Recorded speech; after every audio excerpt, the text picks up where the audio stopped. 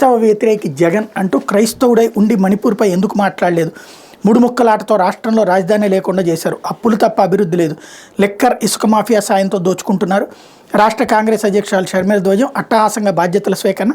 CM Jagan క్రైస్తవ వ్యతిరేకని APCC అధ్యక్షురాలు షర్మిల మండిపడ్డారు. మణిపూర్లో 2000 చర్చిలు ధ్వంసం చేసిన 60,000 మంది క్రైస్తవులకు నిలువు నీడ లేకుండా చేసిన క్రైస్తవుడైన జగన్ ఎందుకు మాట్లాడలేదని ఆమె ధ్వజం ఎత్తారు.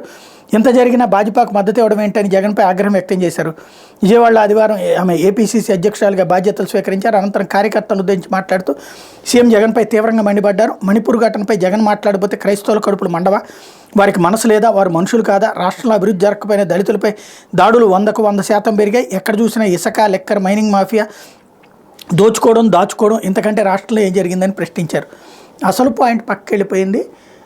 చంద్రబాబు నాయుడు, జగన్మోహన్ రెడ్డి ఇద్దరిని విమర్శించింది. ఓన్లీ ఇంతవరకే రాసుకొచ్చింది ఈనాడు. రెండోది క్రైస్తవ వ్యతిరేక, అంటే షర్మిలని క్రైస్తవుల ఓట్లు చీల్చి పెట్టడం కోసం తెలుగుదేశం అనుకూల మీడియా వాడుతుందనడానికి సాక్ష్యం ఇది.